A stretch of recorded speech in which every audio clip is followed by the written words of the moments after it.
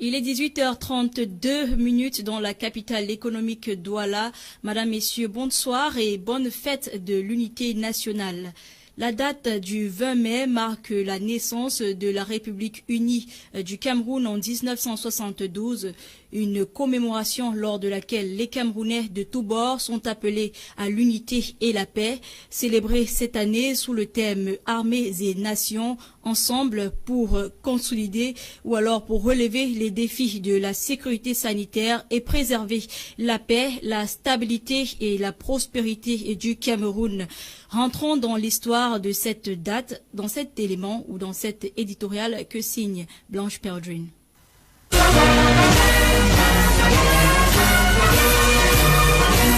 After the independence of former French Cameroon territory on January 1, 1960, and subsequent independence of former British Southern Cameroon on October 1, 1961, the two territories, now one joined by choice of independence, operated under a federal system of government. It was so till 1972 when the first or former president of Cameroon announced the constitutional change through a referendum to take place on May 20, 1972. 20th May 1972, a majority of Cameroonians overwhelmingly voted for a unitary state as opposed to the federal system that existed. This change immediately took effect, visible on all national symbols. The name Federal Republic of Cameroon was changed to the United Republic of Cameroon. The green, red, yellow flag with two stars on the green stripe to represent the two Cameroons changed to green, red, yellow with a single star. This symbolic and significant change meant that Cameroon will operate as one against all odds, with a president at the helm of activities. In 1984, under the reign of President Paul Biya, the name was modified from the United Republic of Cameroon to the Republic of Cameroon, translated in French, La République du Cameroun. The Anglophone crisis of late 2016 has further exposed the ideas of some unhappy Cameroonians who have posed worries that question the unity of Cameroon. The 49th edition of the symbolic referendum is celebrated at a time when hard talks are on the table, celebrating unity and debating unity. Considering the situations on ground, we have two schools of thoughts. A school of historians say that the whole 20 May was a farce because the drama that occurred in Fumban was a manipulation of the French or West Cameroon against East and the East Cameroon against the West Cameroon. And because of that, this thing has caused a lot of trouble since then until 1996 when they came with the idea of granting the English-speaking region of the country a special status. And since then, it was just on paper. And the Anglophones kept agitating through the SCNC, saying that the whole 20 May drama was a farce. Until date, there is still squabbles across the entire nation of Cameroon until it has given birth to what we have today as the Anglophone crisis. And so when we talk about the celebration of this day as a national unity, to me, I think it's a day that brings better pain. It brings pain to the heart to those Cameroonians who know their history and who actually understand how this so-called 20th of May, which is termed the National Unity Day, how it came about. The Anglophones feel marginalized, rejected, maltreated, disdained in their own country. Years before now, Cameroonians full of enthusiasm and love for fatherland filled the streets, marching to patriotic hymns with a perfect display of military prowess. Since the start of the crisis, celebrations have not been the same.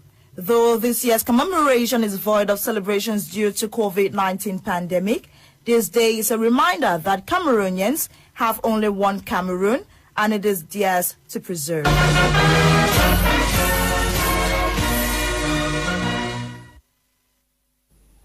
Toujours parlant de la fête de l'unité nationale, Gladys Bomotangina s'est rendue dans certains quartiers de Douala pour avoir les avis des uns et des autres concernant l'unité et la paix au Cameroun et également la question comment consolider l'unité et la paix au Cameroun est répondue dans cet élément. La 49e édition de la fête de l'unité nationale du Cameroun ce 20 mai 2021 s'est déroulée notamment comme celle de l'année dernière, à savoir sans parade dans les boulevards ni célébration quelconque sur tout le territoire national.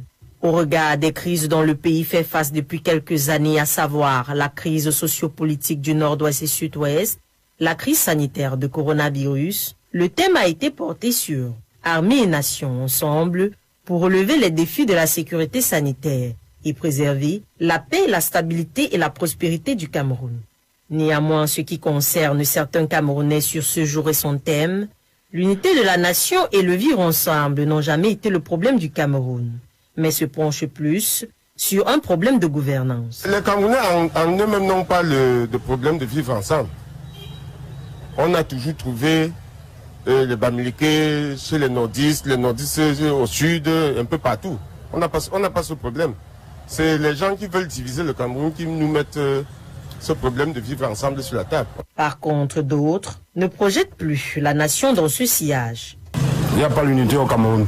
Il n'y a pas la paix au pays parce que les ministres ont volé tout l'argent. Depuis qu'on parlait de détournement du fonds public, on ouvrait toutes les enquêtes.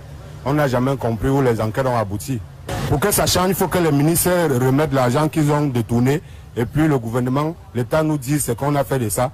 Et ce qu'il y a lieu de faire de ça. Et ce qu'on va faire de ça dorénavant. Chaque jour on les arrête, mais où est cet argent?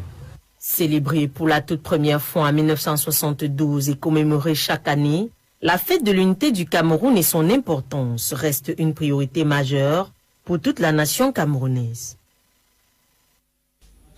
Et en raison de la pandémie à coronavirus, les traditionnelles parades ont été annulées. L'effervescence de cette 49e édition est dépeinte dans ce reportage de Dolingonde. Army and nation, together to meet the challenges of health security and preserve the peace, stability and prosperity of Cameroon. This is the theme for the 49th edition of the 20th May celebrations in Cameroon. Since 1972, when Cameroonians voted for a unitary state as opposed to the existing federal state in a national referendum, the National Day of Cameroon, also known as the Unity Day, is celebrated annually every May 20th.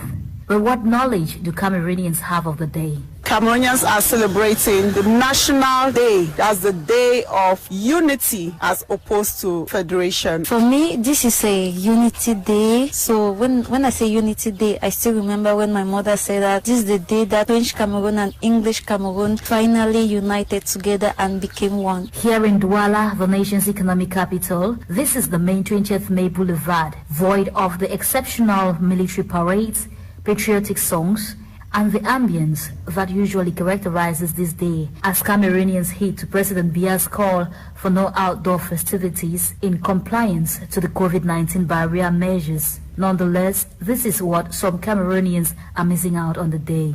Ça ne ressemble pas comme la fête nationale. Si c'était la fête nationale, on devait voir comment le dehors bouge, le dehors est sec, parce que le pays ne va pas. March, left, right, march. One. I am so happy to have passed through all those experiences and going to march in front of the mayor, in front of important personalities and be clean. I wish yourself that day that they will see me, I will be clean. I will be so happy when I'll be passing in front of them. They will also see me on TV. I would say that in the early years of my formation as a child, memories of 20th May used to be glorious. We always look forward to the march past, you know, we look forward to the money our parents was going to give us, and we're going to go out and buy all the things we like to buy after the march past. However, despite the low-key effervescence of the day in some parts of the city, the hoisting of the national flag, the display of patriotic messages, amongst others, have indicated the grandeur of the day to some extent, with some churches organizing special prayers for the nation of Cameroon. And for the second time in Cameroon's history, 20th May has been celebrated with no outdoor manifestations due to the COVID-19 pandemic, just like last year's edition.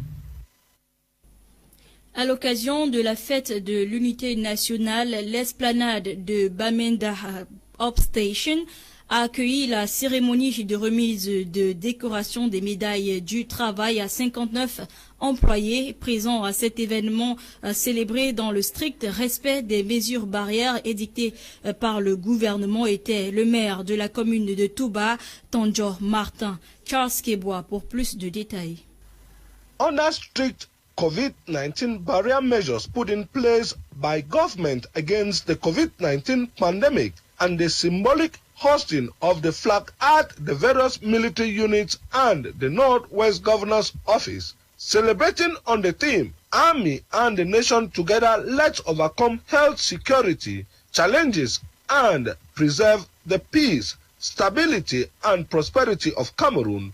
Some 59 meritorious workers were decorated with various medals. The Grand Officer of Value, Knight of Order of Value, the Commander of Cameroon Order of Merit and Merit of Public Force. Amongst was Tuba's Mayor, Tanjong Martin. This is the second medal I'm taking within 2 years. In 2019, I had Knight of Cameroon Order of Merit from the head of state. Today, 2021, I'm having Knight of Cameroon Order of Value from the head of state.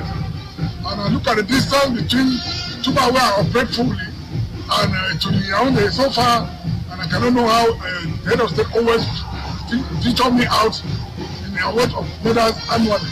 Downtown celebrations to mark the 49th Cameroon's unity, the streets remained empty. Shops are closed with most inhabitants indoors. Security measures heightened in Bamenda to ensure the region's National Day is celebrated in a peaceful atmosphere. After a joint gendarmerie and police operation made up of forces is set eve of the day's celebration, arrest 13 suspects said to be linked to separatist activities in the Ngomogam neighborhood. With descending voices and the ongoing Anglophone crisis, the union has been a boon rather than a burden for the Cameroonian people. Time will bring back all glories for tomorrow and rebuild the ravaged southern part of the country.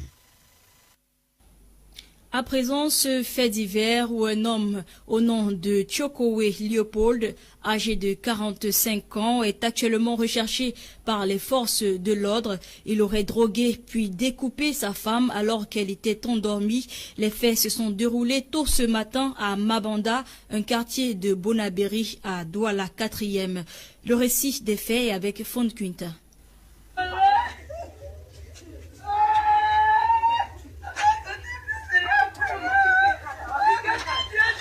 Shock and disbelief fill the air at the Block 39 neighborhood in Mabanda, a locality in Bonabéry Douala First Subdivision, Littoral region of Cameroon. Locals woke up to news of a 45-year-old man identified as Tiokowe Léopold, who allegedly drugged and butchered his 37-year-old wife Waji. Locals woke up to news of a 45-year-old man identified as Tiokowe Léopold, who allegedly drugged and butchered his 37-year-old wife, Waji Kulewa Crystal, in her sleep. So around now 4 o'clock we left and went to Bonasama Hospital. We went and met the cops in the chair, on top of the table inside the theater at the mortuary, where we saw where she was cut up by the husband, cut the jaw, and pierced her with knife on her balls, her chest. In fact, so from there on, they kept the corpse in the mortuary. We left and came to her house to come and see what really happened. So we came down to her house. We went into the room. We saw her bed was covered with blood. We then asked the population what really happened. That is when they started narrating to us that what happened was that the man used to beat her, but we were not aware. You know, she was a girl who does not talk a lot. She does not talk. She liked to cover things. Yes. So then they said when the man committed the crime, he went and sent a voicemail to his girlfriend. The girlfriend he had outside. Yes. And said, I don't regret the act. I don't regret my act that I've committed. The act, described by many as barbaric, took place in the early hours of May 20, 2021 in that neighborhood. According to cousin of the deceased, prior to the act, the suspect has been accusing his late wife of infidelity, an accusation she refused on several occasions. Close family sources further disclosed that the suspect has been using the wife as a punching bag whenever they have a dispute. A witness says the accused killed the wife, mother of 3, and covered her body before leaving the house. Investigations from the Mabanda Gendarmerie Brigade hold that the murder was a planned act which the suspect had to drug the wife before committing the crime while she was asleep. At rest hour, the suspect is on the run. Meanwhile, search operations are ongoing. Les habitants de Cassava Farm 2, un quartier dans la commune de Kumba, région du sud-ouest, se sont retroussés les manches ensemble pour réhabiliter la route reliant GBHS Kumba à l'entrée de Mile 1, munis de houes, machettes et bien d'autres encore. Ces femmes et hommes déterminés plus que jamais afin de rendre cette route accessible à tous, particulièrement pendant la saison pluvieuse. Ils ont lancé un cri d'appel au gouvernement de leur venir en aide pour la construction de la dite route. Prenons à présent cet extrait. We are trying to walk the roads. Please let the government come and help us. We are behind GBHS Cassava Farm 2. We are in a community walk. We are trying to keep this road clean. Please help us, government, to come and build these roads. Un collège du confessionnal à Tiko, une localité dans la région du sud-ouest, a célébré la paix qui règne dans cette localité. C'était lors d'un service écuménique organisé mercredi par le sous-préfet de Tiko, Vokawa Armstrong, notre correspondant Kuma Honoré.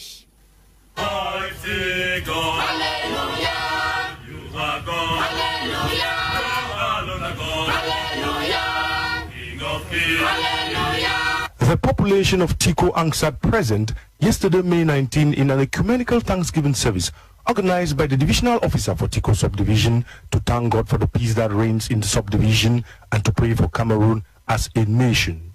The ecumenical Thanksgiving service, which took place at the explanade of the divisional office in Tiko, saw the presence of clergy, administrative, local, and traditional authorities, as well as a cross-section of the population in Tiko.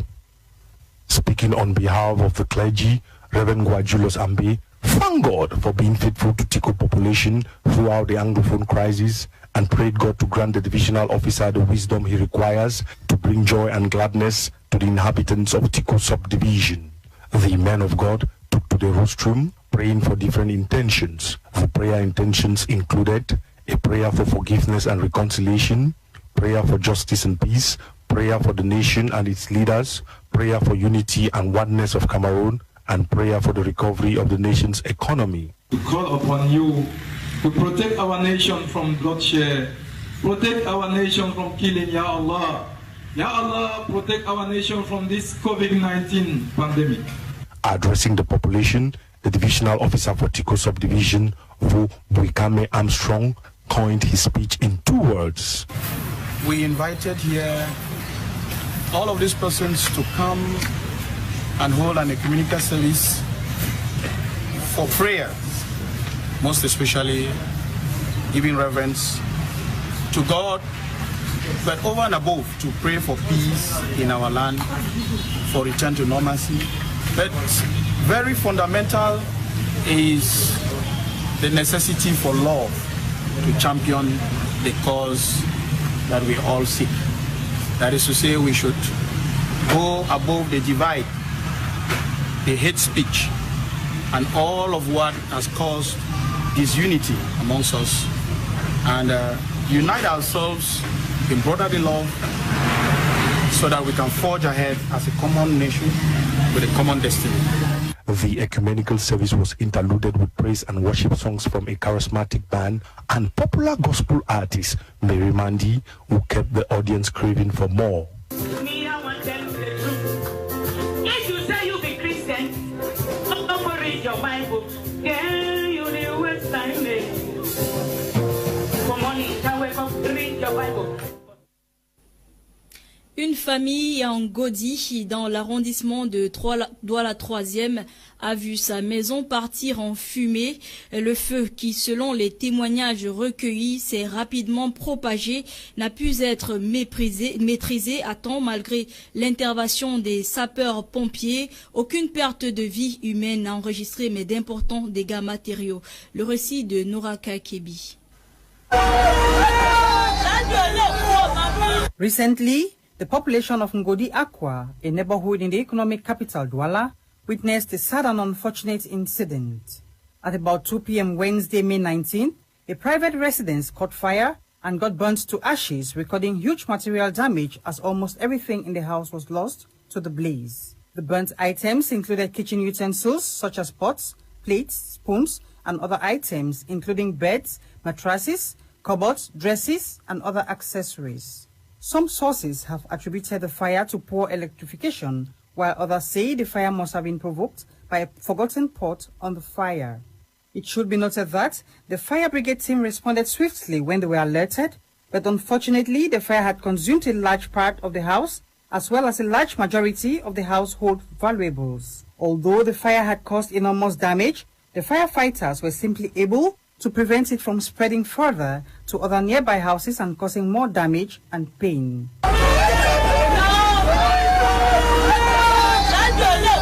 The exact cause of the fire has not yet been established, but many are just speculating as to what exactly must have triggered the fire. Meanwhile, the affected family have been left helpless and empty, as they have just their eyes to shed tears while they watch their house brought down to ruins by fire. L'Assemblée nationale a rendu hier 19 mai 2021 ses hommages à l'honorable Emilia Monjowa Lifaka, vice-présidente de l'Assemblée nationale décédée le 20 avril dernier. C'était au Palais des Congrès à Yaoundé. Plus de précisions dans ce reportage. La tristesse était perceptible sur les visages des collègues, membres de la famille, membres du gouvernement, autorités religieuses, traditionnelles et amis, venus nombreux hier, 19 mai 2021, au Palais des Congrès de Yaoundé, rendre hommage à l'honorable Emilia Monjowa Lifaka. Deux temps forts ont marqué cette cérémonie d'hommage parlementaire. La prière, rythmée par la chorale, pour le repos de l'âme de la vice-présidente de l'Assemblée nationale.